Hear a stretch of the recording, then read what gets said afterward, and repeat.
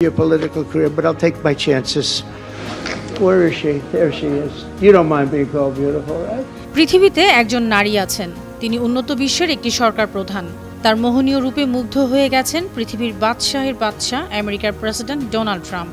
সেই বাদশার মুগ্ধতা এতটাই বেশি যে নিজের বাদশাহী ক্যারিয়ার ধ্বংস হওয়ার ভয়ও তাকে দমিয়ে রাখতে পারেনি, গোপন রাখতে পারেননি তার আবেগ। বিশ্বের বাঘা বাঘা রাষ্ট্র ও সরকার প্রধানদের সামনেই ওই নারীর রূপের প্রশংসা করে বসলেন তিনি। ৪৮ বছর বয়সী নারীকে তরুণী বলে আখ্যা দিয়ে দিলেন।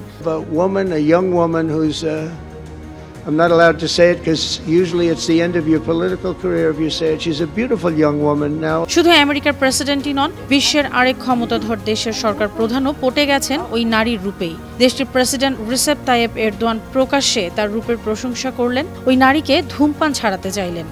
Sigarayı bıraktırmam lazım. But I have to make you stop smoking. I know. দুই বিশ্ব নেতার এমন উচ্ছ্বাস দেখে কপালে চোখ উঠে গাজা শান্তি সম্মেলনের মঞ্চে উপস্থিত বিশ্ব নেতাদের। এমন প্রশংসার সময় নির্লিপ্ত অভিব্যক্তি, সূক্ষ্ম কূটনৈতিক হাসি হেসে নিজের ব্যক্তিত্বের সৌন্দর্য ফুটিয়ে তোলেন ওই নারী। আলোচিত এই নারীর নাম জর্জিয়া মেলোনি। তিনি ইতালির প্রথম নারী প্রধানমন্ত্রী। ২০২২ সালে ক্ষমতায় আসার পর থেকেই ইউরোপের রক্ষণশীল রাজনীতিতে মেলোনি হয়ে উঠেছেন এক অনিবার্য চরিত্র। তিনি ইতালির ডানপন্থী রাজনৈতিক দল ব্রাদার্স অফ ইতালির নেতা। এই সুন্দরী জনপ্রিয়তা শুরু হয়েছে অনেক আগে। ২০১৯ সালে ইউরোপীয় পার্লামেন্ট নির্বাচনে তার দল ৬% বেশি ভোট পায়। ঠিক সেই বছর রোমে এক ভাষণে তিনি বলেছিলেন, আমি জর্জিয়া, আমি একজন নারী, আমি একজন মা, আমি ইতালীয়, আমি খ্রিস্টান, আর তুমি এটা আমার কাছ থেকে কেড়ে নিতে পারবে না। তখন থেকেই তিনি শুধু ইতালির নয়, আন্তর্জাতিক রাজনীতিতে ব্যাপক জনপ্রিয় মুখে পরিণত হন।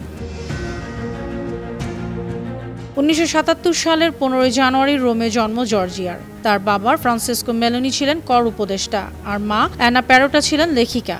ছোটবেলাতেই বাবা পরিবার ছেড়ে চলে যান। রোমের সাধারণ পরিবেশে মাই তাকে বড় করে তোলেন। ২০১৫ সালে ইতালির এক টেলিভিশন চ্যানেলের সাংবাদিকের সঙ্গে তিনি লিভ ইন সম্পর্ক গড়েন। পরে এক কন্যা সন্তানের জননী হন। ২০২৩ সালে ওই সাংবাদিকের কাছ থেকে আলাদা হয়ে যান। ধর্মপ্রাণ ক্যাথলিক জর্জিয়া মেলোনি সমকামী বিবাহ, নিজের ইচ্ছায় মৃত্যু ও সমলিঙ্গে সন্তান দত্তক নেওয়ার বিরোধী। গাজা সম্মেলনে ট্রাম্প ও এরদোয়ানের মুখে তার প্রশংসা তার কূটনৈতিক প্রভাবকে আরও জোরালো করেছে। বিশ্লেষকরা বলছেন, এমন মুহূর্ত কাকতালীয় নয়, মেলোনির বাড়তে থাকা আন্তর্জাতিক প্রভাবেরই প্রতিফলন। অনন্যা চৈতি, আন্তর্জাতিক ডেস্ক, বানো টিভি।